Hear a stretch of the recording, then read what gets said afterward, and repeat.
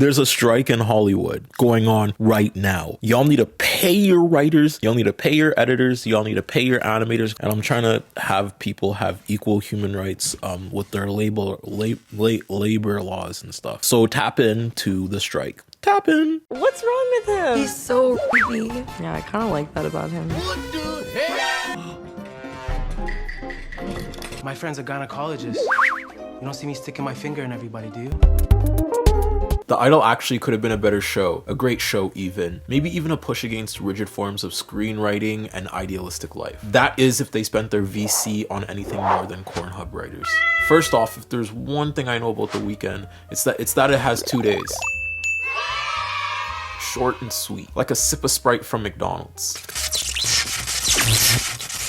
And to be frank, that's what I loved about The Weeknd throughout his career. Before he went pop, he was R&B's version of Destroy Lonely. If House of Balloons came out today, it would be a cultural reset amongst the youth, I think. Maybe even like Pink Panthers levels of not too far, not Pink Panthers, not too much on Pink Panthers, not too much on Queen. Not too much on Queenstress. Not too much on Queen. It turns out, however, they extended The Weeknd by 4 days. This framework is amazing if you apply it to the socio-economic framework of capitalism as a needed deterrent for the labor the working class participates in, and a very needed rest day. Subjectively true. The working class is being oppressed and categorized into numeric values through our everyday work life, but objectively, this is a TV show. Stop reading Ingalls, babe. He says the N-word. This piece of art, if you can even call it that, well, we're talking about it, so it must be some kind of debauchery of it. Was an excellent move if The Weeknd was trying to tear down some kind of parasocial veil he's managed to hide behind very well. But at its heart, it's a man's WattPad fantasy all about abusing women. My spark notes are watered down by about 90% because the algorithm won't let me throw grape in that sentence. And if you haven't heard from the YouTube algorithm, The Weeknd's failed Twitter ratio or vibes sent from the esoteric realm by our ancestral connections. The disturbance and the force you missed out on was Sam Levingston and The Weeknd's newest reenactment of Mid. It's Mid. And if you live in Chernobyl, then The Weeknd is this R&B guy that cuts his hair and now he does pop music now. Oh, and Sam Levingston is debatably the devil in Hollywood. I don't know. We'll get more in depth into their personas and what their art actually means, being The Weeknd's music and Sam's Hollywood career, and the validity of their respective art forms later on in the video. But come on. Ooh, I'm blinded by you don't know that song? That's a song you don't know? I do not know this song. You don't know this song? I know most of y'all probably know who these people are, but to the 30% of my male audience who follows me, LOL. It's Twitter! Only women get my jokes. There's enough Weeknd and Euphoria, dogma, and slander alone to consider neglect of their existence as a case of animal abuse. So blink twice if you need me to call PETA. Hold on, give me a second.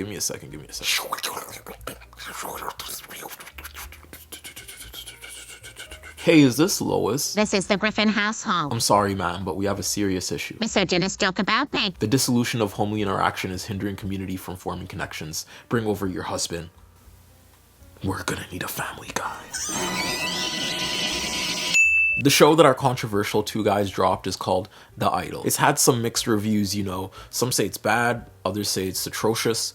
Many are saying they'd rather spend a night in Guantanamo Bay while calling Ballinger Plays Riptide over and over, featuring Ed Sheeran, Harry Styles, and Tana Mongeau for some reason, throwing in ad-libs like the Migos at a 2016 BET Awards. I don't know why they'd say this, but many things in life are subjective. Allow me to be your NPC that guides you through the trials and tribulations of Whiterun through hyper-specific quips and they-them swagger. Today we'll be diving into The Idol. So why Idol bad? Why Whitney Houston? That's my failed attempt at trapping her soul into a karmic vessel. I think I messed up and got a Spanish conquistador instead. Damn, you really like that song. Make sure to check out my Patreon, patreon.com/turb, Patreon funtime/turb, Patreon so awesome even /turb for exclusive videos a week or two before they drop, and just to support me and the channel. I got editors and rent I have to pay now, and y'all are helping me do it. We're really doing it. We're full-time YouTubers that are sustainable now, and this is how you can ensure I don't get the rug pulled out from under me, because YouTube doesn't like to monetize all my videos all the time, sadly. Anyways, let's begin. Prelude! The Idol was actually supposed to be different. Initially, there was a completely different idea of how the show could have gone, but then some men messed it up. So in essence, it was a failed idea from the beginning. I need a shorter point name for that, but you see where I'm getting at. Oh, right? Wait. How about we call it, what was the Idol supposed to be even? Yeah. You got a point. You got a real point. Yeah. Prelude! What was the Idol supposed to be even? Featuring Hariyanna Hook. What's that? Oh, okay. I spied you, baby. She knows she gets in. She a baddie with her baddie friend. Yeah. Right now. Thank you for coming on, Hariyanna. Today I brought you on because there's a problem, specifically shows like The Idol. First things first though, what are your thoughts on Sam Levingston? Honestly, I always say this, but I say he is the American Thomas Astra. Y'all think I'm joking? I've been on this agenda for like a year now, and I see a lot of people are finally starting to catch on to it. But Sam Levingston and Thomas Astra are the same person in different fonts. It's just one makes R-rated, X-rated material to a certain extent, and then the other person makes, material that's appropriate for all ages. So I noticed when it comes to both Sam Levingston and Thomas Astra is that there's a lot of issues, like so many similar issues within their series, because first of all, both of their shows don't know how to end. They don't know. They dance around plot to tell the story because it's obvious that they don't know where this is going.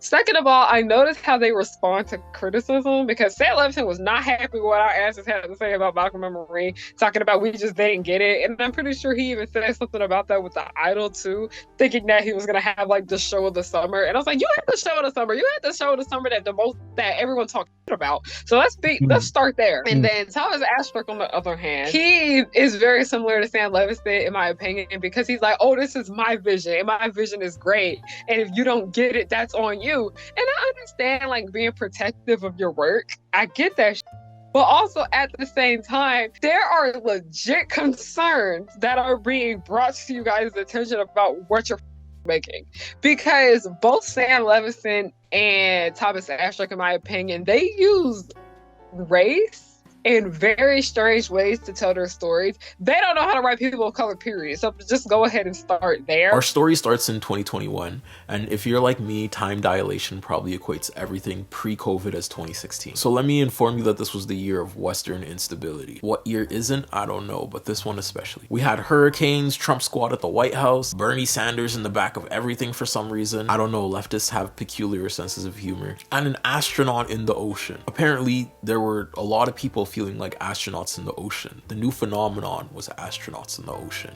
There was an astronaut and then the ocean, and then it happened, and somehow people all vibed with it simultaneously at the same time. There's a lot of things from this year that are widely more important than this announcement, but you're watching a commentary about a show I fixated on. The state of electoral politics can wait. First announced in June 2021, The Idol was initially a show thought up by Euphoria creator Sam Levingston, the son of Barry Levingston, an industry-renowned Oscar winner, by the way.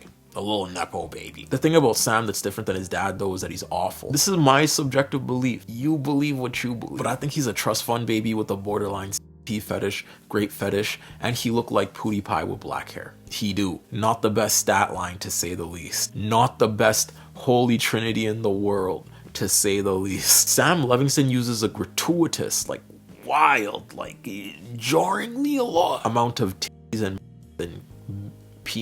that one episode in Euphoria, 80 pieces in one scene, and Rue was just pointing. I'm telling you, the amount of white I have seen on Euphoria. I posted something about it. I was like, we're gonna see one more white on the show. We're gonna have a problem. Yeah, and I'm all for guys. Let me tell you, I'm all for and I see both sides like Chanel, baby. But in a show about 16 to 18-year-olds, I don't think sex scenes constantly, like every single like 20 minutes, like space. I don't think a grown-ass man should be telling a story about femmes like that, but it's whatever. I think I'm lonely. Could you please put your pants away? No. I'm not gonna ask you again. Put your pants away. I am who I am. A lot of these scenes just seems like Sam is kind of outletting. A lot of these women look like his mother. You do the math. In a February 2022 interview with Variety, Martha Kelly, who plays Laurie in Euphoria, recalled being uncomfortable with the scene Levingston wanted her to shoot for reasons that made her uncomfortable, to say the least. In her words, she said, "There's a scene where Rue is getting into the tub and Laurie injects her with morphine. And in the script, it's even creepier, because Laurie is helping her undress and get in the tub, and is approaching this gross Mimo vibe, Kelly said. Initially, I was just like, I can't do this. Kelly also remarks that she met with Levingston and said he was so lovely about it, and that he comforted her with the knowledge that the scene would be filmed slightly out of focus. Sam basically said, hey, don't worry, we're gonna shoot it sideways. This is ingenuitive.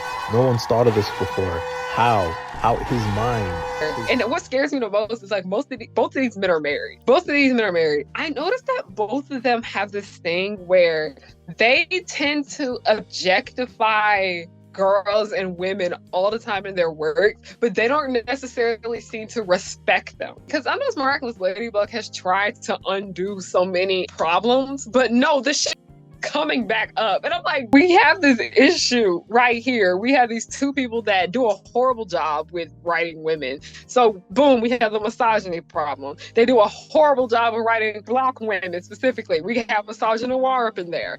On top of the fact that they just write people of color in general in very concerning ways. Because Sam Levingston, because like I said, his main focus is Sam Levingston, so I do want to talk more about his work more than I talk more about Thomas. But like there's a reason why I say they're the same person in different fonts, because so many of my critiques I have with Sam are the same ones that I have with Thomas. Anyway, Sam also has a number of accusations like working his actors to the bone, having a toxic work environment, and plotting on Zendaya's downfall. Seriously, Zendaya, if you're watching this, stay away from that man. He's a weird dude. I know half the population of men are barking under your post waiting for a chance, and they're probably awful. But let me tell you, there's good people out there for you, Zendaya. There's better people than white men who do this to you, Zendaya. Another dude who was a bit of a Menzi power fanatic himself was given the keys to the script, The Weeknd. And I'm learning to pick my battles more carefully, because if he quote retweets me and I have to go band for band with him, that's just the day I'm gonna accept my fate. Now, pushing labels on what music is acceptable is a good thing. A good thing that The Weeknd's been doing for a long time, decades even. But when this pushing of art is implied theatrically, there's different ramifications. For him, it kind of just manifests into sexual trauma fantasies. Now, engage in whatever art you want. I don't care.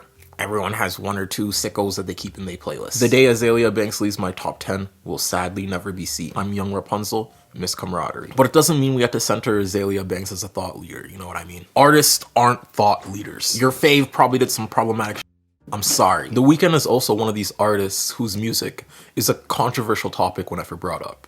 Well, at least his older stuff, when he's talking about covering women in latex and running trains on them, essentially. He really incorporated the sounds of backshots and moaning to a beat once. I'm not lying. For some time, our man Abel has been releasing ingenuitive and frankly amazing music, mostly exploring the tropics of sexual dynamics. But these albums would give figures like Rihanna and Usher inspiration, though some of these songs like The Party and After Party teeter on being a little weird. I got a brand new girl calling Rudolph. She'll probably OD before I show her to mama. And all these girls try to tell me she got no love, but all these girls never ever had a blowjob. Ringtone on sailing, and if she stops, then I might get Bailey. No callers were stopping. Outside of the art, the reflection of toxicity being a good thing and trauma being something of a rush is a little weird. But art and music have less of a solidified ethical line that they have to go through to me. His airy sound, jarring beats, and melodic voice make these lyrics in context a work of art in their own right. How his art translates to the show, you ask?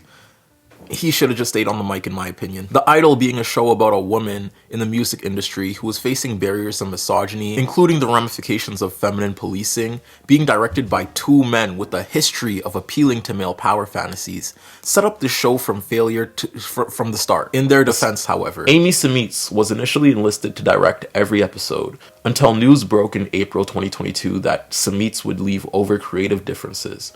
Over the following months, Dan Levy, Hank Azaria, and several other big names were added. Also, The Weeknd reportedly was a leading cause of Amy leaving the project, and the feminist lens in the show being altered. In April 2022, Deadline reported that Tess Faye, I can't pronounce names. Stop, chat. More commonly known as by The Weeknd, was unhappy with the quote female perspective of the show, despite episodes worth of content having already been filmed. And according to Rolling Stone, the Oscar-nominated singer was not pleased that his co-star Lily Rose Depp's character received a bulk of the plot's attention. He was a little jealous. As a result, allegedly, The Weeknd championed a major behind-the-scenes narrative to drop the story's feminist lens. A source told RS, "It was like The Weeknd wanted one show that was all about him." This could have supposedly played a part in director Amy Summit's exit from the series back in April 2022. Another source shared, "What I signed up for was a dark satire of fame and the fame model in 21st century. But since the changes, it went from satire to the thing it was satirizing. It was like, what is this? What am I reading here?" said the source, adding, "It was like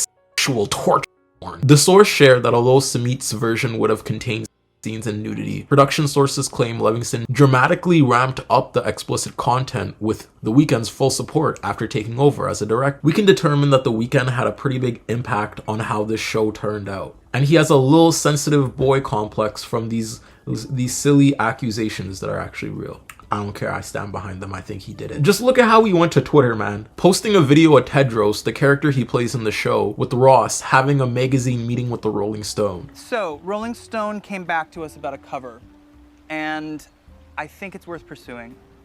Rolling Stone? Are they a little irrelevant? It's a cover. It's a heritage brand. I think it's fail-safe. Yeah, I don't know. I feel like it might be kind of past its prime. You know what I mean? Yeah, nobody cares about Rolling Stone. Well, I know a few writers over there that I think would handle whatever we want to do with them in a really careful way, which I think is important at this point. Rolling Stone has 6 million followers on Instagram. Half of them probably bots.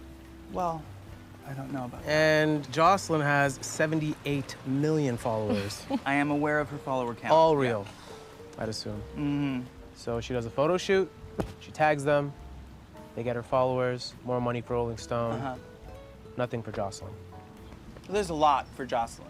Not on Rolling Stone. All because the Rolling Stones said the Idol was a little bit of a power fantasy. I'm pretty sure we all thought that, honestly. It's like The Weeknd, I noticed he wanted to make his he wanted to make the show more like his music. He wanted it to be on more on brand for his work. But like, as I mentioned, like, if you want to have this, you need to have these people working behind the scenes of these series, because it's gonna show poorly on camera. But I try not to be hard on female characters, because I noticed that the main issue with so many female characters within our media have to do with the fact that they were written by men. Because I would think the worst case scenario of this is, are you familiar with Danny Phantom? Yeah, Danny Phantom. Danny Phantom. And I remember, I'm not hard on her no more, because I kind of understand why her character was written like this. But there's the main girl on the show named Sam. And Sam could be like the biggest hater. And she's like so unlikable to a certain extent. But then I found out that she was just mainly written by men. And then I also think about the way Valerie, the black girl on the show, was treated as well. And she was treated like straight ass. Like, I just have to sit and I'm like, you know what? These characters are just products of just men thinking that they know girls and women better than the actual people at fault. And a lot of shows undergo major overhauls in development. Sometimes it's at the scripting stages, other times it's after the pilot is shot. But what stands out about the Idol's overhaul is how deep the series was already in production. Summit's had already shot over 80% of the show, reportedly. The Idol .1. Repackaging trauma. Spoiler warnings in advance, ya freaky freaks. Featuring Maddie Merlin. Thank you for coming on, Maddie. Maddie with like an IE, right? Yes, double D-I-E. No Maddies with Ys. We cast them out. The Y would have taken away from like the whimsicality of like your character. My Kahoot names are because of that. There's so much you can do with the IE. My apologies beforehand. We're gonna be talking a lot about pop girly Brittney Spears, you know, because she's asking us to hit her one more time. You know, like I'm actually hearing it, so we have to do it. When we examine art on the screen, we have to look at what the show is trying to imply and how they go about showcasing their art. That way we can showcase what the media is trying to tell us, how they might have went wrong, and maybe how they go right, maybe. In this case, it's wrong though, so don't get your hopes up too high. Don't be a rotten tomato Icarus, okay? Lily Rose Depp plays Joss, an idol. The Idol even. A frustrated artist stuck in a box of conformity by the record labels and managers who push to maintain an image of marketability of femininity on her. We later learn she's also traumatized by her newly deceased abusive mother who beat her for not performing right. And newly deceased sounds a little wild, sounds like a celebration. Congrats on your newly deceased. Yay!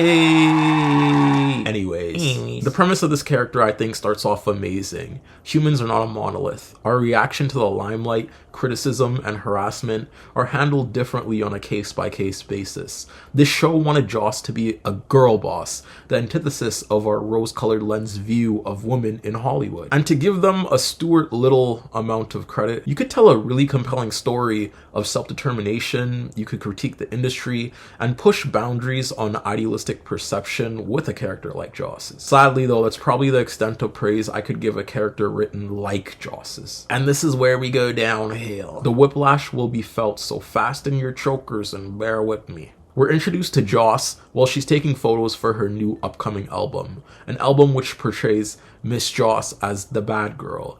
In the background, we got some haters. Her management is bickering about Joss's presentation and the validity of enjoying women, sex, and drugs in the media. And in relation to life, sure, do whatever you want in your free time. If you have healthy boundaries, you're enjoying it and you're not hurting nobody. Put that man on latex, tape him on the wall, make him do a 360, and make him inhale your what's a good thing to inhale? Your spinal fluid. That's a good one. That's a good one. If that's what you like, cool. And to add to that, I don't think women should be policed as harshly for the depiction of self that they give to the world. There's a real problem of visual smash or pass men do in their head when women decide to exist. It doesn't matter if women are twerking, women posting photos of themselves, women relaxing, women reading a book, women watering flowers. C'est la vie. Present yourself how you want to the world can fuck itself. The ramifications of womanly presentation are felt because women are inherently supposed to fit in some sort of mold in order to be feminine. So break barriers, sis-turbs.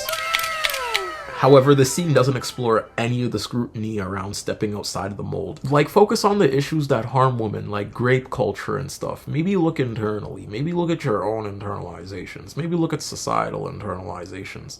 Maybe ask yourself why women are assaulted all the time. It's all shock. It's literally just all shock value. It's that cringe 2016 Leafy commentary where they're just like, we're making this stance for our own reasons and you progressives can go fuck yourselves. She's doing a photo shoot with a wristband on her hand because mental illness is sexy. That's actually a line from the movie. That's a line from the movie. She's young, beautiful, and damaged.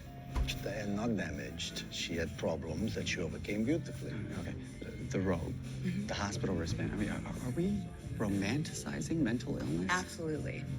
And you're fine with that? That's cool. You people are so out of touch. Oh, here we go. You people. You college-educated internet people. Okay, yeah, you're criticizing me for going to college. Oh, will you let people enjoy sex, drugs, and hot girls, okay? Stop trying to cock-block America. No, Nikki, I'm not some sort of prude. I just don't think that with everything that she has been through, she should be wearing a hospital wristband. Mental illness is sexy. No, it's not. Yeah. If you live in Sioux City, Iowa, you are never going to meet a girl like Jocelyn. She's not walking down the street. She didn't go to your high school. She doesn't work at the bar or the diner. And she did not marry your best friend. And if on the off chance she did, she is still never, ever going to fuck you unless she has some very, very serious mental problems. And that right there is why mental illness is sexy. It's a pretty good point. It gets lost in its own satire by delving into these same collective thought processes men place on women of presentable femininity that make being a feminine artist hell, frankly. The label is simply pushing out this image of Jocelyn because they think it'll sell. Sex sells. Women who have to appeal to the demographic of men are sadly subjected to this reality, and labels know that they can profit off of it too. If a woman decides to finesse it for a bag, I'ma call him girl boss. But on the other hand, pushing the standard as a needed norm, not good at all. It's not good. Basically, when you say a structure of social perception needs to be critiqued, you need to critique the people embodying those roles in everyday life, or else all you're doing is moving backwards. You're just sinking deeper into the sand trap. You have now become death, destroyer of reality. Boom.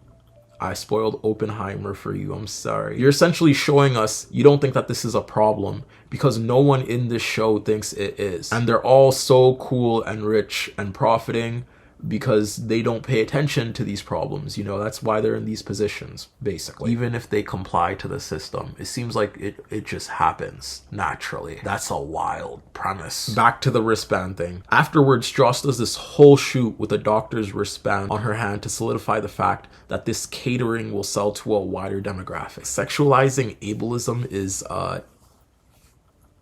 it's a choice, I guess. At first, I was gonna point out that the scene was satire and the directors didn't actually want to take the manager's advice literally because they're the ones limiting Joss in the first place. They're the bad guys. We aren't supposed to cheer for the management restricting her. That's not the point, right? But then you slowly realize that they're hammering the same points over and over in a reductive way. Reminds me of myself at that age. Okay, the thought of you younger is terrifying to me. No, I was having fun. I was getting in the of the Capitol Records building stairwell and then walking straight into meeting. Yeah, I remember. I was one. Jesus, learn from the best. Again, pushing boundaries of sex in the media is a good thing. Critiquing the audience and telling us the label only does this objectification of women to market to demographics of corn-addicted men is a good thing, I feel. I think it'd make a lot of people look in the mirror and figure things out internally. But glorification of a societal subjection to abuse isn't a good thing. You're telling the audience the sexualization of mental illness and hot women would be solved if we just did more of it, essentially. No, it would. You're just giving power to the men who mouth pant over this. Again, if you want to go tits and buns out, awesome. Amazing even. We love that here. You're doing a braver service than the Marines. We all about that on the Turb channel. But there are plenty of women, more often than not, complaining about how bad they're sexualized in the media. The beginning act of this movie just frames measures like nudity writers purposefully instituted because directors were inappropriately filming women outside of their boundaries as some type of woke progressive thing that's actually regressive, when in actuality nudity writers are in place because of a long history of exploitation, specifically with women in Hollywood. According to the nudity writer, we only can show the side boob, the under boob, and the side flank. I didn't ask. She did it. Is there a problem? I'll let you handle this one. Her areola is clearly visible. Yeah, looks great. Be that as it may, we can't actually do this. We can't do what? Show her breast. Yeah. The nudity writer's already been negotiated with the label and her people, and how are you? Hi. What are we talking about? Your tits. Your nudity. You realize how fucking annoying and insane that sounds? It's actually very progressive. It's to make sure she doesn't feel pressured. I don't feel pressured. Quote, under the collective bargaining agreements pursuant to which most unionized actors work, scenes in a film or TV project which require nudity or simulated sex are subjected to special treatment. The ACTRA IPA imposes certain heightened contracting and conduct requirements and restrictions on the producer of the project where they are dealing with scenes which involve nude or semi-nude performances. So for example, Article A24 of the ACTRA IPA stipulates how auditions must be carried out. The audition must be closed with a maximum of 5 persons present, each of whom is required to have a direct professional or artistic relationship to the audition. And a performer cannot be required to perform a nude or semi-nude audition more than 1 time for any production. No matter what this piece of media is trying to tell you, or any media even, we know real-life actors face degrading experiences regarding their bodies en masse. There was a whole movement about this, some type of hashtag thing. It's slipping my mind. Me too. Me too. What could it be? Me too. What could it be? Can he hear? Whoa, me too. Me too. I think it was like me 3. But we'll get to that movement soon. And yes, people are infinitely nuanced. Joss did want to show more boobie than the director allowed. In this case, she's welcoming her own sexualization for the sake of her art. That's okay, that's perfectly fine. Critiquing the policing of image can still extend to nudity writers. The Idol, however, has a problem with repackaging trauma that women go through as something of value. Something that artists need, apparently. Like this trauma fuels their art or something. Pushing boundaries is awesome, okay? But where are we pushing these boundaries boundaries to exactly? What are we trying to say is restricting, and what are we trying to say should change? Because framing systems of protective guidelines as unneeded can have harmful ramifications. After this photo shoot scene, we find out that a mayo-faced photo of Ross leaked. Revenge corn, basically. And everyone's hiding it from her because they're afraid she's gonna have a breakdown. But we'll get to that in a bit. Joss goes outside and meets Lisa from Blackpink. And then they do a little dance. While this dance is happening, her management commentates over her traumatic situation of watching her mother die in a pretty CEO way. Honestly, this is true to life. Authority usually sucks with managing the mental health of their clients, so you get one clap, one brownie point, but don't get ahead of yourself. While she's dancing, they compare this traumatic experience to Brittney Spears's. Bring in Brittney Spears, please! Brittney Spears, the actual idol, the icon even, a jewel of the 2000s because she was an authentic white woman. Her story, however, is riddled with exploitation from the industry, her parents, paparazzi, and humanity. Societally wholly failed Brittney Spears. She's the product of femme exploitation from start to finish. Being famous from 17 sounds cool nowadays.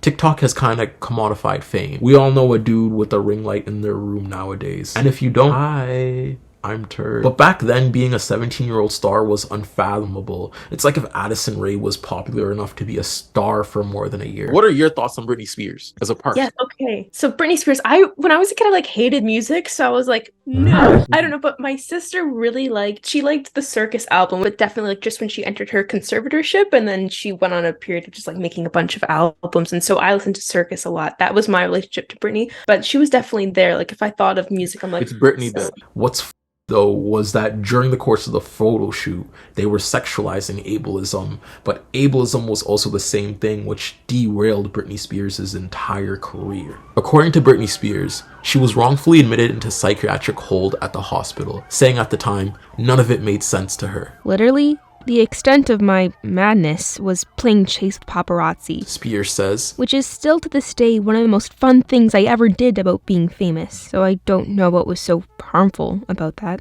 Immediately after, she was hospitalized a second time that month. Her father petitioned the Los Angeles County Superior Court to create the conservatorship and make him and an attorney the co-conservators of her financial and personal affairs. Spears says the hospitalization left her completely traumatized out of my mind. All I do remember is I had to do what I was told. I was told I was fat every day. I had to go to the gym. They made me feel like nothing, and I went along with it because I was scared. Over the years, she continued to produce new music and perform almost non-stop tours, and in a 2-year residency in Las Vegas. But still, she was living under her father's rules, she says, and wasn't allowed to go out with her friends or her dancers. She couldn't pick her own nannies for her kids and wasn't allowed to have cash. I was just like a robot, honestly. I didn't give a fuck anymore because I couldn't go where I wanted to go. It was just demoralizing. I was kind of like in this conspiracy thing of people claiming and treating me like a superstar, but yet they treated me like nothing. She felt like she had to continue to play this role and go along with what her father and his associates wanted her to do. I knew they could hurt me. Then while rehearsing for what was supposed to be another Las Vegas residency in 2019, Spears said she said no to a dance move she was asked to do. She recalls, everything got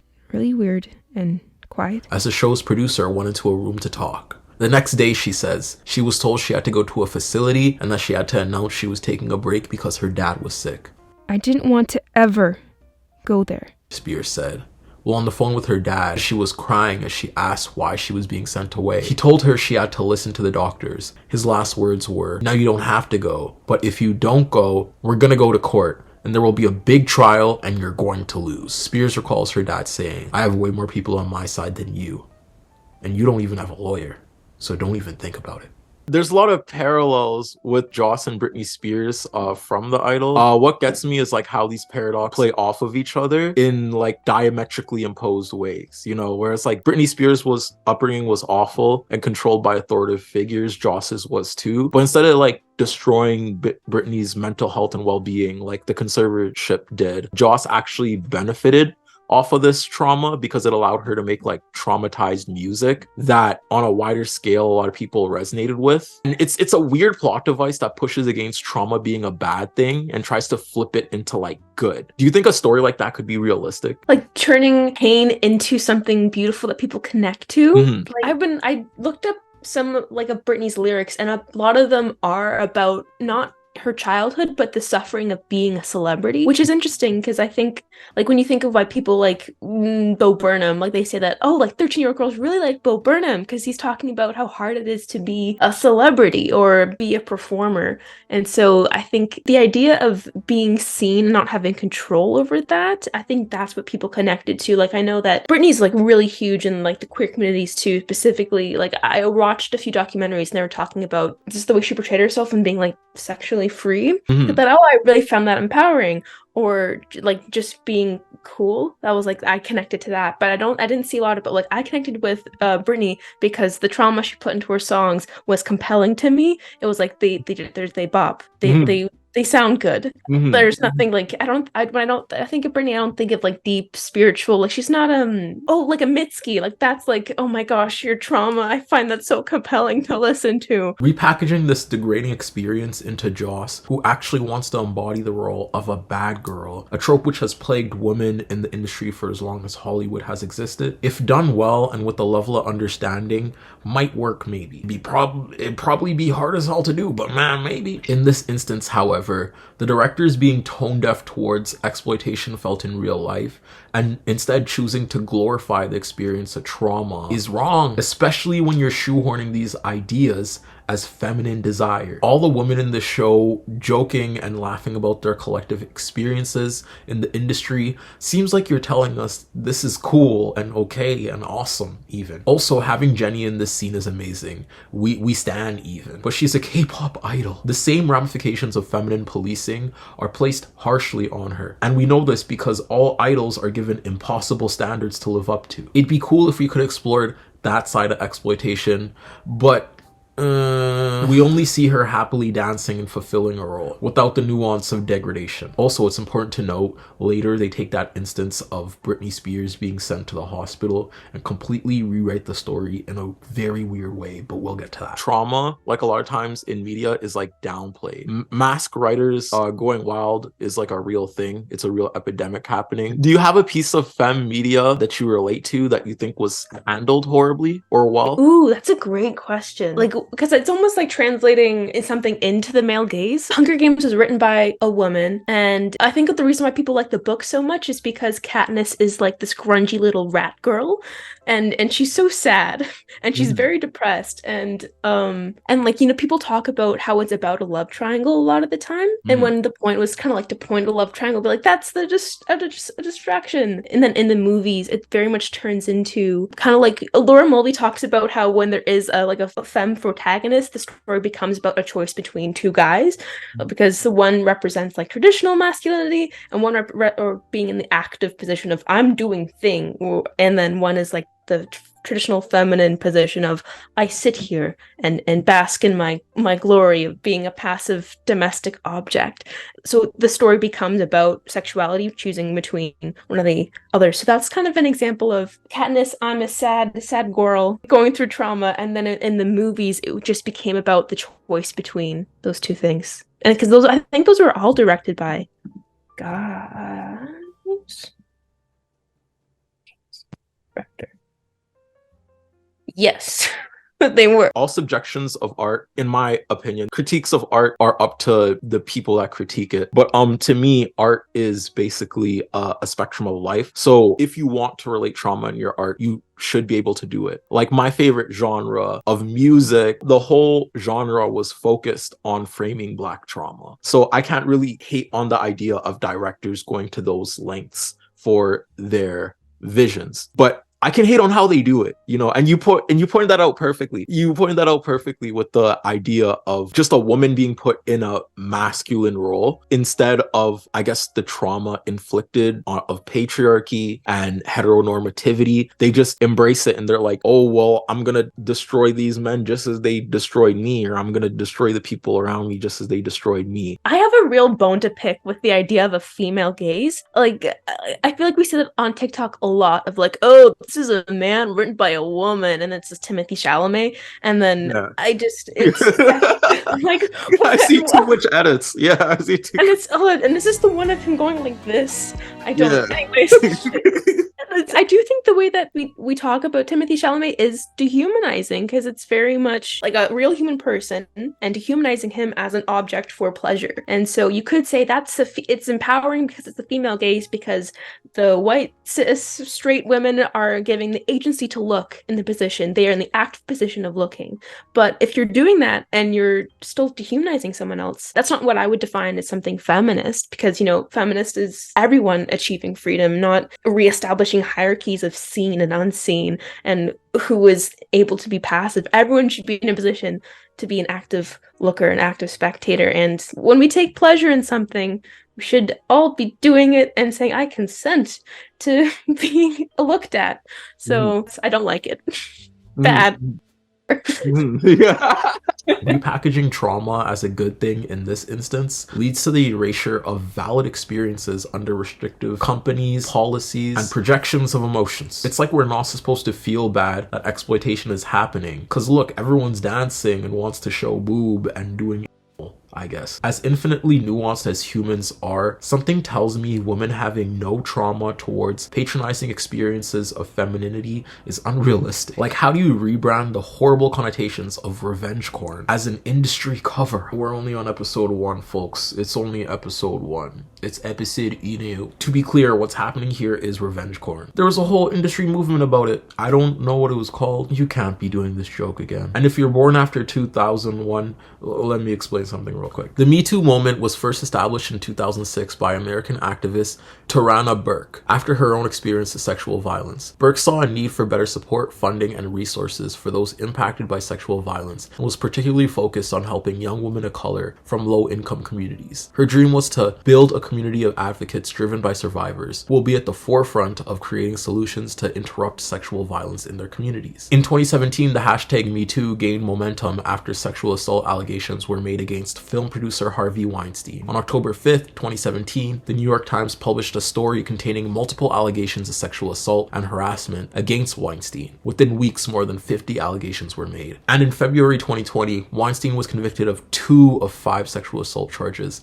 after a trial in New York, and had further charges pending a trial in Los Angeles. On October 15, 2017, actress Alyssa Milano called on people to share their experiences of sexual assault and harassment using the hashtag MeToo, prompting women around the world from many walks of life to do just that. In response to the hashtag MeToo movement and the Weinstein allegations, Hollywood celebrities formed a movement against sexual assault and harassment in the entertainment industry and established a legal defense fund for survivors known as Time's Up. The MeToo movement in social settings gave women who were discouraged about sharing their abusers' names a ray of hope. On a national level, Statistics Canada noted a 13% increase in police reported cases of sexual assault between 2016 and 2017. It linked the increase in reports to both the hashtag MeToo movement and to the Globe and Mail's unfounded investigation. Published in February 2017, the investigation revealed that police dismissed 1 in 5 claims of sexual assault as baseless. Since its publication, police services across Canada have begun to implement reforms, and unfounded rates have dropped. Even in passing conversations with her peeps, I guess, the downplaying of exploitative experiences is telling.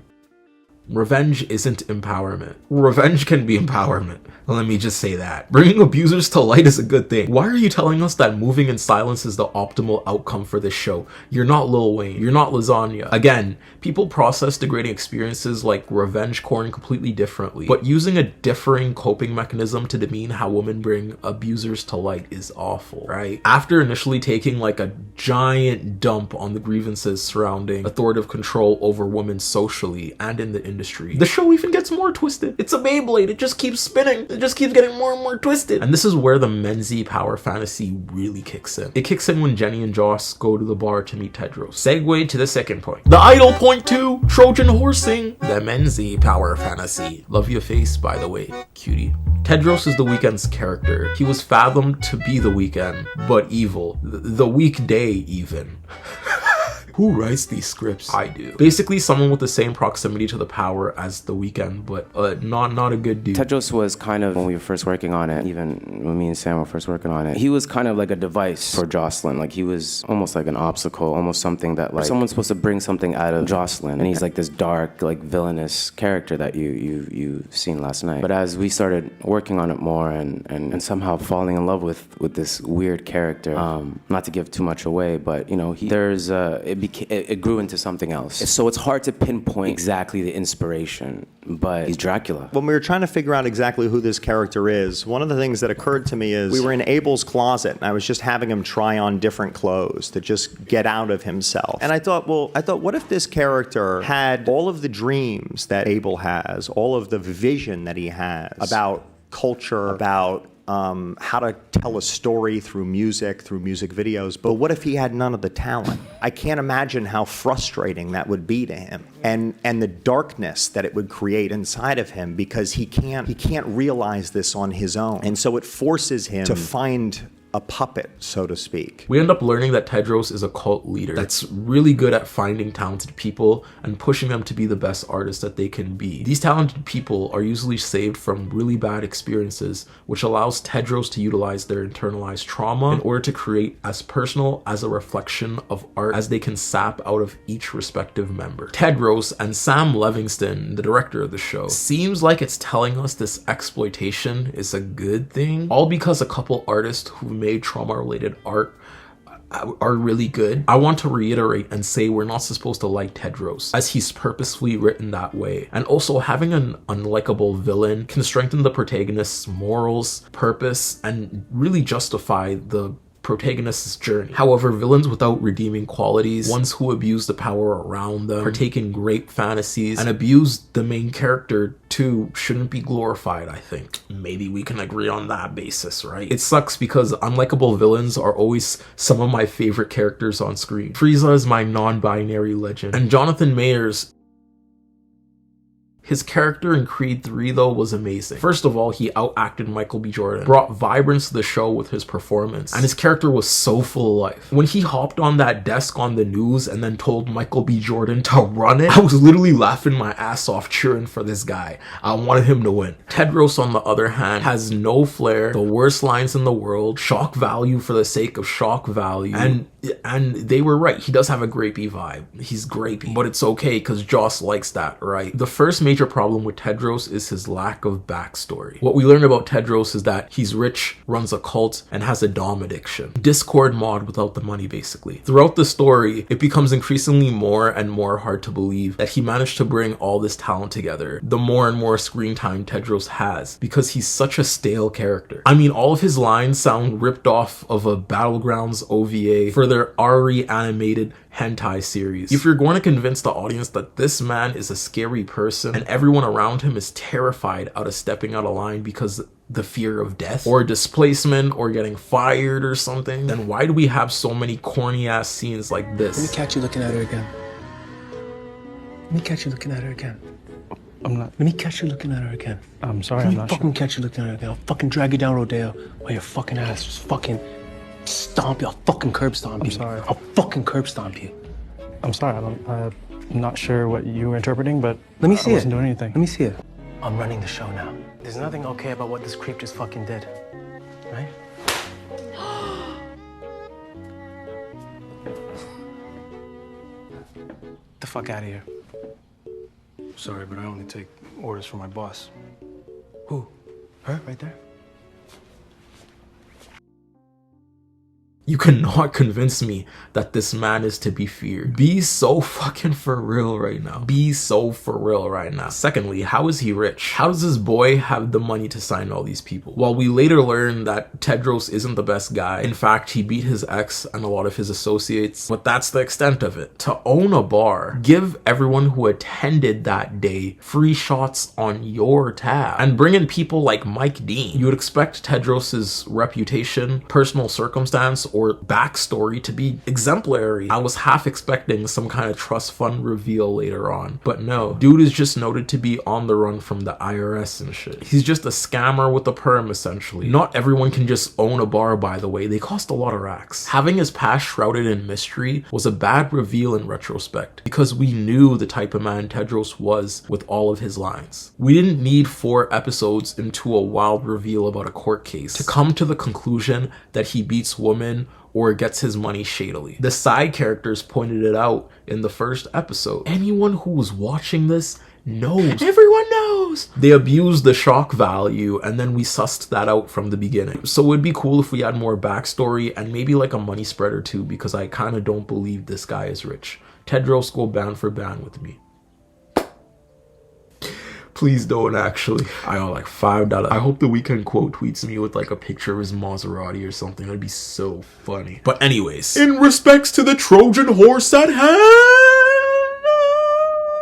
my initial nitpicks with this character is the relation to the protagonist, being Jocelyn as a justification of restriction. Before Jocelyn is with Tedros, she's directionless due to her mother dying and discouraged about the validity of her music. Tedros is supposed to pose as a useful nudge of support that is supposedly helping Jocelyn embrace her own message. He does this by being the incarnation of what she's singing about, the rude boy that can push her to new heights, essentially. Because if she practices what she preaches, then her art will be so much better because she needs to practice what she preached, type of thing. That was what the show was trying to imply. The writers aren't exactly Socrates, okay? I don't know. Not everyone can be Quinita Brunson, and that's fine. Bad boy and bad girl trope. We love a Bonnie and Clyde type of story. However, it's the ways that this support is given and framed which make the idol teeter into the Menzi power fantasy territory. Continually we're told that Joss is welcoming to this experience, especially because of the type of man that Tedros is. She invites the grapiness and dominant role Tedros brings into her life. Why? Apparently because he's such an asshole that he's real. Let me be honest though. Now, toxic relationships in media, I'm not against that. I'm not against that too. I love me some flawed characters that interact with each other weirdly. It's a more real depiction of a relationship, I feel. I think cookie cutter dynamics of relationships in media can get boring sometimes, but the trouble comes with how Tedros is implemented. Joss is supposedly benefiting off of this interaction, which basically means someone that will tell her when her music is bad, do all the bad girl BDSM stuff with her, and put her above the bullshit of the industry, in her words. The premise narratively sounds good. In practice, not good. It becomes a power trip. Similarly to the way abusers do it, Tedros starts controlling her relationships with the opposite gender, controlling her industry connections, and inflicting trauma to heighten her art, all for the sake of some kind of weird vision. And narratively, this imbalance of power just starts making no sense. I don't know how a single man can really take away all executive control from an industry's biggest star, but let's say it does, okay? Well then, what is a power fantasy term? A power fantasy is a character the audience is presumed to want to be, but their main appeal isn't regulated to their sexuality. Characters are often talented, respective, and otherwise powerful before their physical appeal is evaluated. Now, feeding into power fantasies aren't always a bad thing. Media is supposed to be an escape. Without the implication of power fantasies, stories like Dragon Ball Z, Naruto, and Vinland Saga wouldn't be a thing. Yes, I just named 3 animes in a row. They're peak. Meet me behind Swing Set 3 if you want to deal with it. That was some kind of reenactment of the Kamehameha that I just came up with in Vogue for my mind. The reason why in this situation feeding into the man power fantasy of dominance is a bad thing is because this portrayal of masculinity inherently leads into no, not goods for a woman. Tedros above everything is a muse for an alpha male. He's like if Andrew Tate had hair. His implication of character is toxic man good, how they operate good. Women need more toxic man in their life. All that thing that bald man do. My biggest problem with The Weeknd and Sam Livingston though, and what I see like a parallel between them, is them using their art to basically project a fantasy onto women. I'm not gonna kill you with the plot of The Idol, but Sam Livingston, I don't care. Tell me. I already kind of know all that happens. So for like a glimpse into The Idol, basically the character Joss, right, is written to like actually accept all of the abuse that's like given to her. Rape fantasies borderline. She welcomes them as like a measure of her artistic experience and like how she wants to present herself in the media. And it's like he has an issue of using the idea of human experiences as being infinite to basically push against progressive trains of thoughts that are most commonly derogatory for women. That is not the person that needs to be telling that story, especially a straight man, just as well. Because I am somebody who is about to get a little sad, but I am somebody that has suffered from abuse. like physical abuse, verbal abuse, sexual abuse. I done been through the ringer, okay? And I can get a bit of understanding of where Jocelyn is coming from. Mind you, she's a very poorly written character. I'm gonna go ahead and say that. But like trying to understand her behaviors, I have to remember that like I did have some like really unhealthy coping mechanisms when I was like in middle school and doing things that like should have been doing, because I mentioned in one of my videos talking about there was this nasty ass book. It's called When All Hell Breaks Loose by Kamika Spencer. And there was like a lot of like explicit like sex scenes in those books too.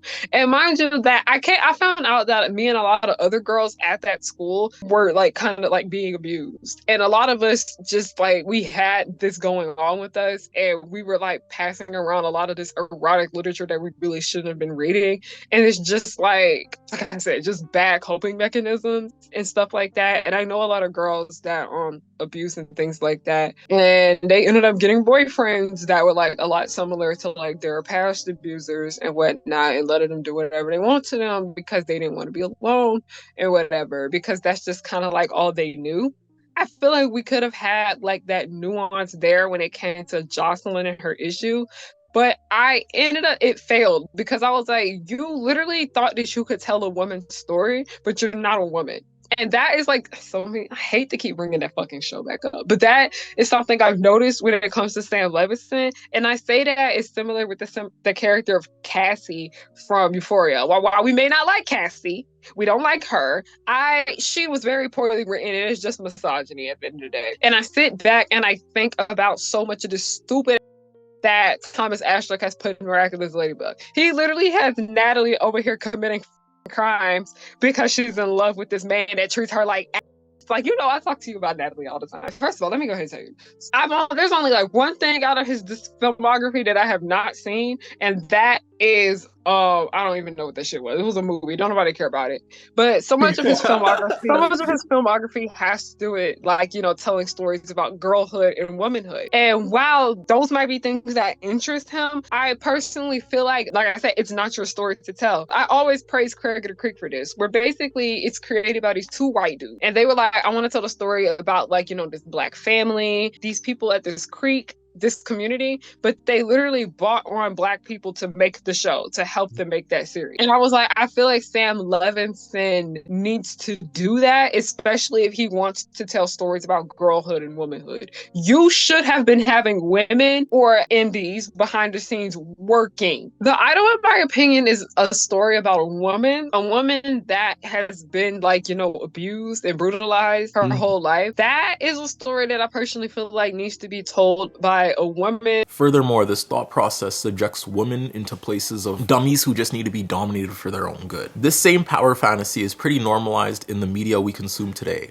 like Korn. Like, who is objectively being dominated in demeaning ways in Korn? Korn is the Menzi gaze incarnate. Because of power fantasies like Korn, you may have a man participate in intercourse for the first time and immediately try going as hard as they can because that's the fantasy of pleasure they've been subjected to. Women's suffering is hot, basically. Furthermore, power fantasies just justify relations of abusive roles men take on in the Western world that are supposedly for the betterment of society. When we showcase stories of men making women more powerful than they are in very degrading ways, like when Tedros finds out Joss's familial trauma and beats her with the same shoe her mom does in order to straighten her out. We're glorifying this performance of toxicity through Joss and the rest of the cast as a feminine desire that all women have gone through and need to embrace. Yes, humans are infinitely nuanced, so do what you want with your partners in private, please. Do that. Don't say that in my comments. But the framing of all women as welcoming of this extension of dominance by men is a harmful trope which leads into societal categorization of subjection to abuse. Essentially, painting the grievances of women who are already being degraded by hegemonic society in the Western world as baseless in their frustration because it's an urge that they inherently want. Just because they are women and women obedient and eat hot chip and listen and paint nails, I guess. The categorization of gender fuels harmful ideals like victim blaming, which can be defined as someone saying, implying, or treating a person who has experienced harmful or abusive behavior, such as a survivor of SA, like it was a result of something they did or something they said, instead of placing the responsibility where it belongs, on the person who harmed them. What this show's doing is playing into the Menzi power fantasy to justify the abuse Tedros is placing on Joss for the purpose of her art. The indulgence of feminine trauma is felt through the constant sex scenes, the usage of Joss in her personal trauma, and the women in the show justifying abuse by laughing and cheering it on in very non-caring ways. The only one who seems to care is this assistant girl, but even then, she's just getting pimped out by Isaac. And Isaac is a buck stereotype, but we'll get into that. The first 15 minutes of episode 3 is literally just a slice of life into what male manipulators do as they gain more and more power. Cut off men around them, be insecure, cross boundaries of sex, and be homophobic for toxic man reasons. The satire of Tedros being a bad character is lost if all we're seeing is Tedros creating positive effects with his actions in the show. Basically, you're telling the audience, hey, this isn't really super bad if some good art is coming out of it. So on to my next point. The idol point 3, traumatic art is good, or so they say. In episode 3, we're met with an interesting idea that art made from a place of trauma can be good art. I think because life reflects art made out of traumatic life experiences isn't any less worthy of the title art as anything else. How do you feel about media being an escape? My Tom Cruise video was very much about people saying it's an escape.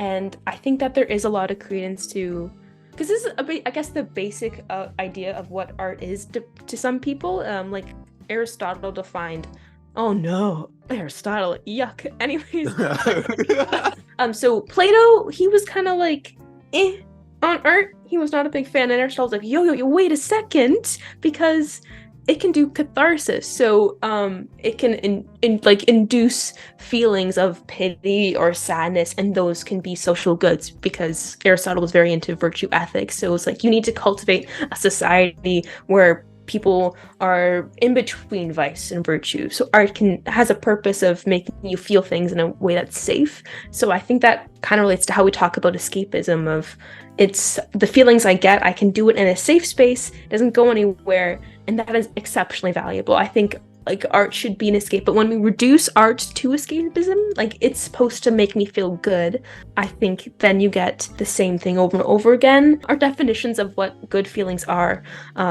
can be very conformist. Not to zizek on you, but like Sarah Ahmed talks a lot about how happiness is a social construct that's often been used to just be oppressive, like defining what, like usually a happy ending is, like a guy and a girl get married and everyone's happy and then they have a bunch of kids and then that's it. And so I think when you do art as escapism, it's supposed to make you happy.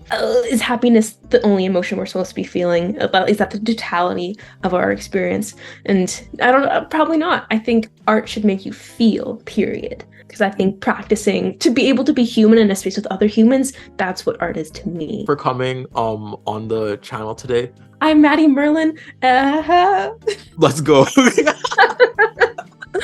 Yeah. My favorite pieces of art personally are reflective of my own experience. Things like Rap, Us, or Everything Everywhere at Once wouldn't be real reflections of life without trauma felt in the Western world. Although all this is true, at the end of the day, don't think people should be subjected to scrutinizing situations of survivability, which leads to pieces of traumatized art being made. Art is life. Remember, life has serious restrictions of racism, poverty, and misogyny that real-life people go through every day. Although Kendrick Lamar's To Pimp a Butterfly is arguably one of the best records to come out, if it was To Pimp a Butterfly, Taylor's version, that shit wouldn't be as good. She's a white woman.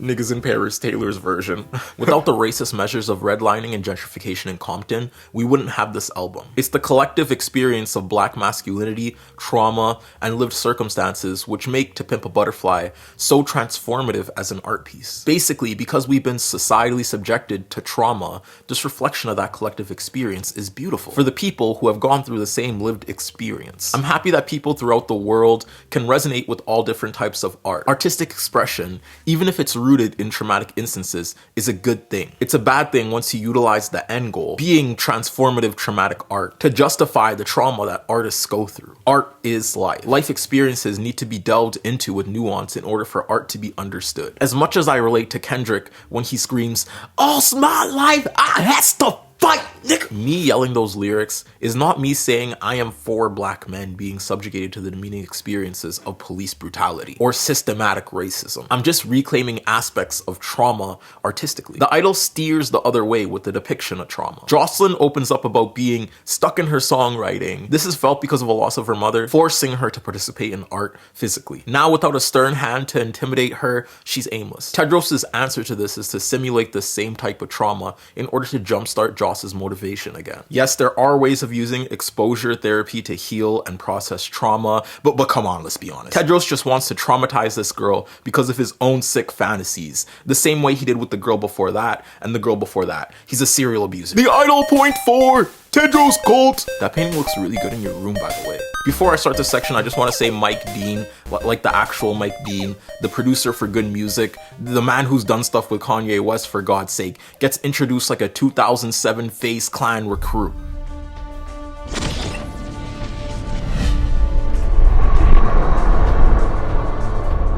I just had to say that. Moving on. So Tedros then moves into Joss's house for the vibes. Joss is down bad. She just had a breakdown at her music video shoot and she needs someone that believes in her. She has to prove to her management that she still got it. And if she flops, she's out. These singles have to be hits. Having nowhere to go, she calls Tedros. And now Tedros is moving into Joss's house on the promise of giving her 3 new hits to present to her label. We also find out that Jenny's character actually set up this meeting with Tedros and Joss. She's a part of Tedros' cult, and we can assume he made her set up this arrangement by this scene. She a better fuck than me? Hey, nobody's a better fuck than you. You didn't tell me it was a setup. Setup? You said it would be good for the club. It's great for the club. Yeah, but you made music with her. She asked me to. And guess what? Nikki wants to sign me. Nikki? Jocelyn's label? Mm-hmm. Great. I can finally get that return on you.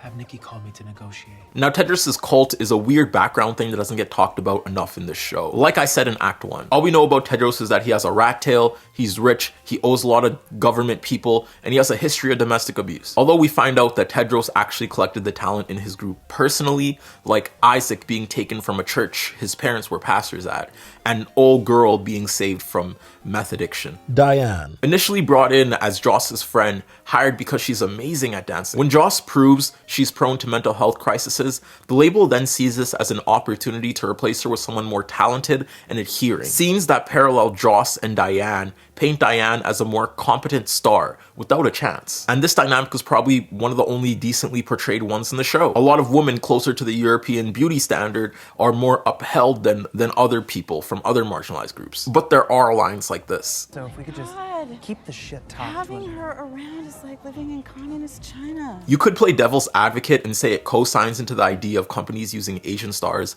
as a means of Orientalism in media. I don't know what you think, chat. And if I were to be generous, I'd say she's just a lazy, loosely threaded plot point. Next is Isaac, another one of the people in the Weeknd's cult. Probably the best vocalist we're shown in The Idol because he's actually a talented musician in real life. His name is Moses Sumney for the people that want to check him out. Plug. Moses enables Tedros' power dynamic of control in a very racially stereotypy, not good, money type of way. In fact, his whole character is written off of the hypermasculine ideal of a black man even. We're first introduced to him as a very hot dude in a nightclub. No hate on him being hot. We love hot men.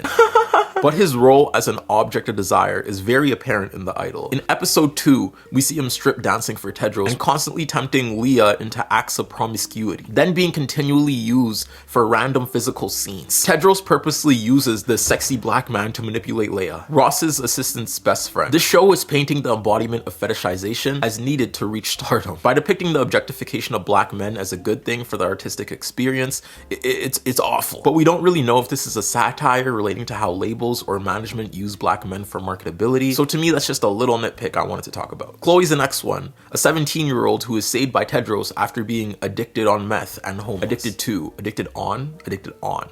Like she's just on. And for a 17-year-old, Chloe is naked a lot. Her actor may be of legal age, but Chloe is. In the show, she's 17. In the first scene she's introduced in, she strips down and hops in a pool, then runs around the whole house the rest of the episode with no clothes. While Tedros and Joss go through multiple sex scenes, Chloe can casually be seen in the back just watching. She was even watching while Tedros was beating Joss for artistic expression. Even watching Joss and Tedros do the traumatic art thing where Tedros was beating her with a slipper in the shower while she was reminiscing flashbacks of her and other women doing the same thing through Tedros. A wild plot point I never thought I'd be given the reason to utter. Chloe is even put in the position of Joss for a while, basically indicating that she's being groomed. But Chloe is horribly handled as a discussion point of industry minor mistreatment.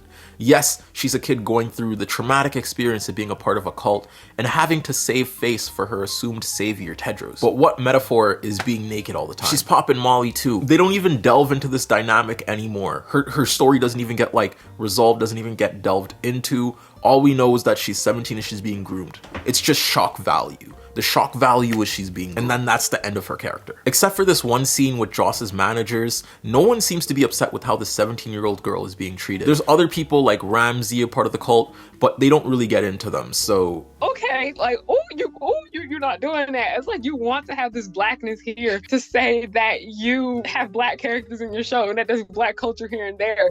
But I was like, I don't personally feel like that's your story to tell because there are so much unsettled racist ass shit within this series and it's like annoying. But I noticed like they use like people of color for the aesthetic because while they do this with the black characters, they do it a lot worse with the Asian characters. It's actually very disrespectful over there. And that's something that I feel like that's not like my place to speak on it because I'm a black woman. But I was like, no, I noticed it. And then I noticed that this is an ongoing thing I noticed with Sam Levingston's productions, where I always praise Black Femininity TV's video that she made on this. Crystal Alejandro's amazing, by the way. Shout out to her. But she made this really good video talking about like how Euphoria like heavily relies on black culture for its aesthetic, and that's what sold it and whatnot. Like there be barely any black people on the screen, but you hear music in the background. There are like black girls that are like in this city because they try to say something about how they tried to portray Euphoria as like this like city that has no people of color in it, and then the only people of color in it are like biracial and very much light skinned. And I was like, no, because when you look in the backgrounds of these shows, you see that there are black people and there are dark skinned black people, especially in here, but they are barely any of the ones that get most of the shine. They're barely the ones that get a lot of attention. Like an embodiment of black culture, like Fezco, basically. Yes. Like supported by the only like biracial like main character in the show. Like yeah, we were talking about how do Fezco and his brother Ashtray, how do they speak like that? And they don't be around black people. And then that weird ass, that wigger, you know that girl, the wigger girl, the vape girl. This shit right here, I think, is literally the embodiment of how Sam Levinson is obsessed with blackness and black culture, but he doesn't want to tell black stories successfully. And you know, Malcolm and Marie, it's a movie about a black man and a mixed race woman. There's so much black music in this film.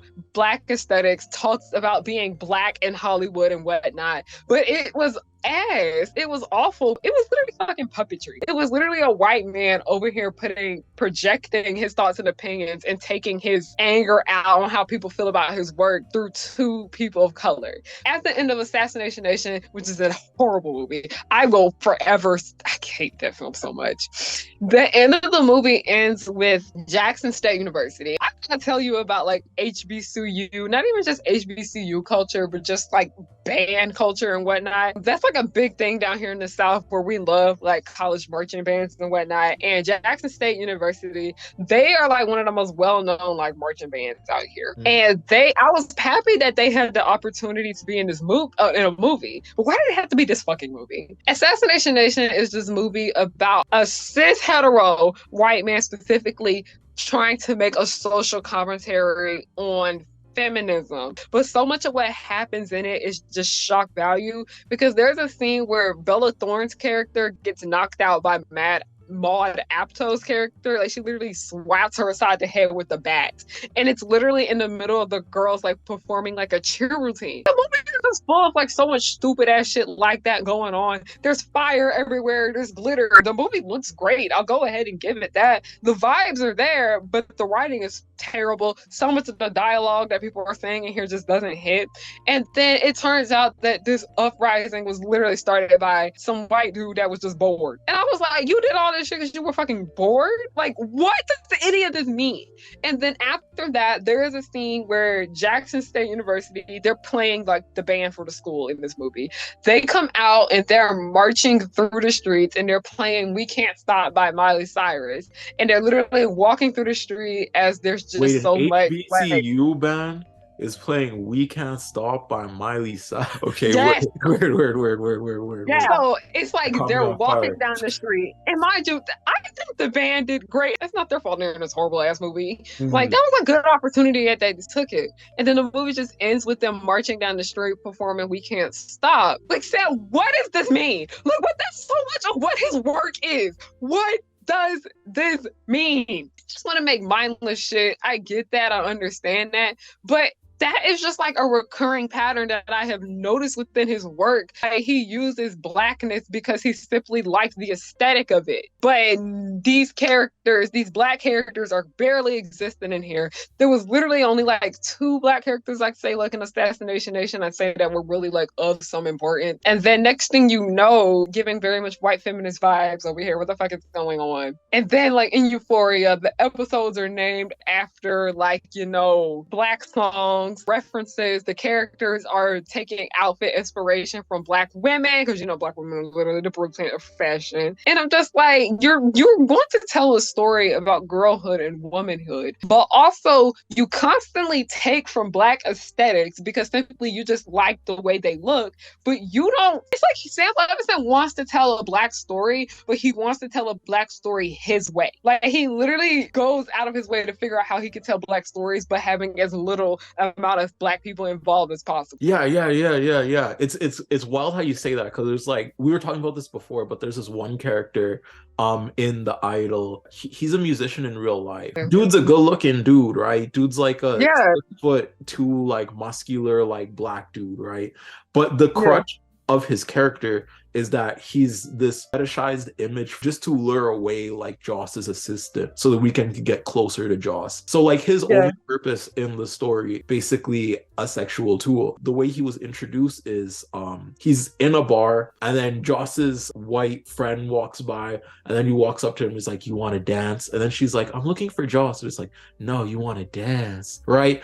And then the next scene we see him in, he's dancing for like 8 white girls like lying down, and while the Weeknd has like a shock collar on him, and it's like, dance like you want them to fuck you or something. And then he starts like dancing harder as like he's shocking him. I've started noticing it more and more the more I watch Sam's work, of how like he likes the appeal of black characters, specifically with black men. He likes the way our bodies look, he likes the way we look, but like as soon as it comes to the actual like meat and potatoes of like deconstructing that, he's like, that's too much work. You know, he throws his arms up. He's like, you know what? Let's just show the audience like a scene about fireworks, and then they'll forget about Craig being sexually assaulted, you know, type shit. Like, no, that's literally like, oh my god, I hate bringing that movie up. But like at the end of Assassination Nation, we were like, yay, we have these black people performing about with us right here. But I was like, yeah, but we literally had this whole big ass disaster going on. But one thing I noticed in particular is that with the black characters in Sam Levingston's production, like I said, they're all very poorly written, but they're all poorly written for like different reasons. The way he portrays like black male characters, because I noticed this in Malcolm and Marine, and I know I could say this with McKay. McKay's character, ooh, Jesus, that is just black pain right there. That was like a black pain problem right there. But then thinking like Tedros' character in The Idol, I noticed that Sam Levingston kind of has like this obsession with like the black buck trope. And are you familiar with what like a buck is like a black buck. I had a book. I learned a lot about like the black buck in this book that I had read for my African American Studies class. It's called Tom Coon's Mulattoes, Mammies, and Bucks, and it's by Donald Bogle, and it's basically talking about like the portrayal of blackness through the years in film, and how a lot of this is like a contribution to white people thinking they know how to write black people better than black people themselves. I'd say that he's obsessed with like portraying like black men as like these buck characters, and just black males in general, where they're portrayed as loud and like aggressive, basically an asshole to a certain extent, but they're like strangely sexual, like hypersexual, I'd say, because I noticed that like with McKay especially, and Malcolm and Marie, because there's literally a scene in like Malcolm and Marie where he literally is like kissing all up on Marie's ass. They got home and he like wanted to have sex. It's obvious that so much of the story is just Malcolm wanting to have sex with Marie, but she's like, no bitch, we're gonna talk about our fucking problems. Like like somebody even made a joke about it, talk about he just wanted to fuck, and that they're just talking about their problems. But then I noticed that with Tedros' character, extremely sexualized, and so many of the things we see with him have to do with, you know, that right there. And I was like, that is like a part of like the buck stereotype just as well, because, you know, slavery, there would be like, you know, so many of these issues that lie into like with just the way the world perceives black people in general, and black people are like over sexualized like for like no fucking reason. And I usually speak more about this when it comes to the subject of black women, but like the way black dudes are written in like these productions is extremely harmful just as well, because I noticed that it's more of what Sam Levinson tends to do with them. They all low-key feel the same to a certain extent, just some are a little bit more extreme than others. It's like we have that black pain aspect that has to do with the three of these characters. And then we have them, you know, being hypersexual. We have that aspect too. And then we have them just being literal assholes, like literal horrible fucking people. Because I noticed like with that live action of CW Powerful Girls that was written by white people, that was written by white women specifically, but they ended up portraying the professor as like a black buck type. Mind you, like these are like racial slurs, and we're using them for an educational point. Okay, before anybody's trying to say these are black slurs we're using for the sake of education, don't play with us. This is how we talk in community, guys. We are black. Yeah, it says black buck was a racial slur used to describe a certain type of African American man. In particular, this caricature was used to describe black men who absolutely refused to bend to the white authority and were seen as irredeemably violent, rude, and luxurious. And a lot of people were talking about how we noticed that a lot of these like black buck characters are really interested in like, you know, white women, because it says he would usually be hot-tempered, excessively violent, unintelligent, and sexually attracted to white women. McKay was dating Cassie, white girl. Literally Tedros and his like obsession with Jocelyn, white woman. And then Malcolm and Marie is like, we get a half. Marie was a woman of color, but like she was biracial. She was a half white woman. So half white, half black woman right there. So I'm just like, if you want to keep telling stories about blackness, stop writing them yourself. And then also, like, I know The Weeknd is a contribution to why that shit ended up being like that, but I was like, you ended up making your own character look worse, my guy. We'll drag Thomas a little bit later during this conversation. But Sam Levinson and The Weeknd, it's just, it was like, they are very similar in certain ways. And I was like, I don't even think he realized that, like, the male characters that Sam Levinson portrays are not that much different than Tedros. Like, Tedros is irritating. He's annoying as shit. But I was like, nah, like, let's look back at Malcolm and Marie. Let's look back at Euphoria, because the problem been there. It's just on 10 now. It's a lot worse over here. My last question. A lot of people try to, like, merit credit to like the art, but like you made a really good point when you were like okay, if we just praise how well this person shoots shows and don't critique beyond that, then there's other teams for it, right? There's like production teams, there's makeup teams, there's a bunch of teams like behind the scenes running to make this production as good as possible. And it's sad that like such a manipulative producer could get a hold of this and like make it like a male power fantasy. Even though there are different people in charge of like different departments, like when you're working on like a production, usually the main person, the head of it all, usually is the one that like really approves it. and wants this and that and the third. I noticed with the way the characters are, it's a lot of issues I noticed with like animated shows in general that like are about like girls and women behind the scenes. There's barely any women working on them, and how like the women are like just, you know, over sexualized no matter what. Because I can even say this with the Powerpuff Girls, that is a show with a lot of issues. Woo! I'm telling you, that rewatch I gave, and I noticed that the way that they would portray like Miss Bellum's character, like while we didn't see her face, we noticed that she was sexualized to a certain extent. Like the cleavage would be out. Like she literally had like that hourglass figure. And I'm not saying that like she's sexualized because she has an hourglass figure, but that is a body type that is very much sexualized. That is a body type that a lot of men are obsessed with women having. And I noticed that there was this one, because somebody said something about how like y'all putting y'all little fetishes in here. There is one scene where basically Fuzzy Lumpkin, have you ever watched the Powerpuff Girls, by the way? Yeah, I watched the Powerpuff Girls like as a kid. Yeah. There is one episode where like Fuzzy Lumpkin is like mayor and he's like in office. And mind you, Miss Bellum, even though she has the cleavage out, which I don't necessarily think is wrong, but you know, the people behind the show, whatever. When Fuzzy Lumpkin becomes the mayor, he ends up making Miss Bellum change into like another outfit. And he makes her wear these booty shorts, and he makes her wear like this shirt that like ties in the front, and like boob is all out, like everything is out. And I'm just like, okay, so it's obvious that men are behind the show and they're just finding ways to objectify women.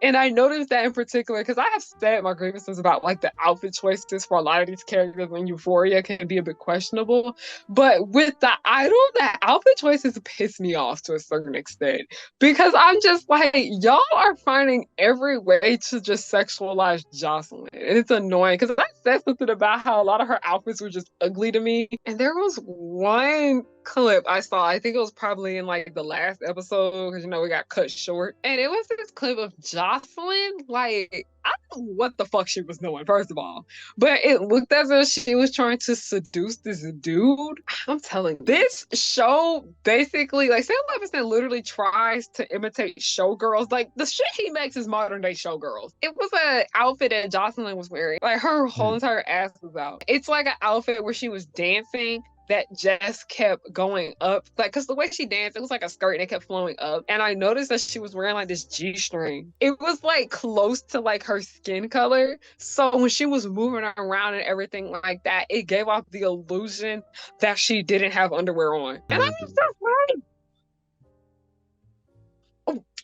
like, just like, because I noticed that a lot of this shit is like, it plays into like the outfit choices. Like, cause I was like, that man had so much with his productions more than people realize. Feeling easy, because I noticed when we saw pictures of like what Jocelyn's outfit looked like before his bitch ass touched this production, and then I see after, I'm just like, this is so tasteless. And don't sit here and say that you're trying to make a satire and comedy about girlhood and womanhood when you have failed numerous times. You failed with Malcolm and Marie. You failed with Euphoria, and you especially failed with Assassination Nation. And that's why I said I'm just done with his productions, because I'm just tired of giving this dude chances. I have given this nigga too many chances. Just how I have given Thomas Ashbrook so many chances. At this rate, I'm just like, it's no longer worth it on my end to continue to like keep thinking that this work is gonna get better when it's not. Thank you so much for hopping on my channel and talking with me again for like the 5th time, I think. Yeah. Like for the 1,000,000th time. Start making the Like, monthly area cameo. I hope I can give you like good insight on these things from like a Black woman's perspective. I try to take a lot of what I learned in school and try to like share it with like my friends and whatnot. So I hope I did a good job with that. The Idol 0.5! What the heck? Alright, so after Mike Dean is invited, the whole crew has a house party. We find out one of the managers was protecting Jocelyn's mom from the ramifications of her abuse, and then Joss's boyfriend comes back into her life.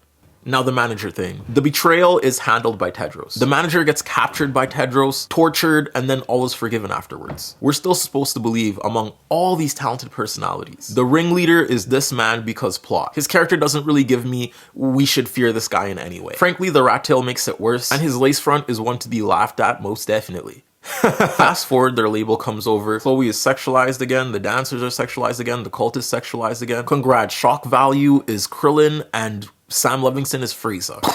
blow it up. This is all while they're having their meeting over these 3 big hits that Joss needs. Joss finally builds up the nerve to kick Tedros out. Then Joss gets her sold out show with the cult that she took over. Tedros ends up coming back and being instantly forgiven. And and Jenny's character gets kicked out by the label courtesy of Joss. Now Tedros' redemption arc is lackluster. Normally when a villain who's done the level of harm he has reconnects with the protagonist, they have to go through personal self-reflection and arcs a character in order to deserve the sympathy that they get from the protagonist and the audience. Leaves from the vine, falling so sweet. That guy was a war hero and we all forgived him because he loved his dead son. I have trouble finding sympathy for Tedros, even while he's being Adam 22. Look, sure, Tedros helped Joss through her artistic endeavors, but doing it via BDSM torture, consistently being a nuisance to everyone around him, grooming a woman, that doesn't really give misunderstood to me. And I don't care that his girl got raw dogged 3 feet away from him. Live and learn, fam. Live and learn. If the writer gave him hints of relatability other than internalized insecurities, maybe I'd care, but you make this guy hard to like. Tedros coming back, narratively, is supposed to make sense because Jocelyn has the power now, and since Tedros helped Joss through her creative drought, she now loves her and is forever hers. I feel like the idol was supposed to display a story of survivability within the music industry, what risks artists are supposed to take, and how bad decisions can end up in really bad management with the wrong people around you. Which actually would have been a beautiful story. Beautiful story. Let me tell you, it would have been beautiful, Mingo.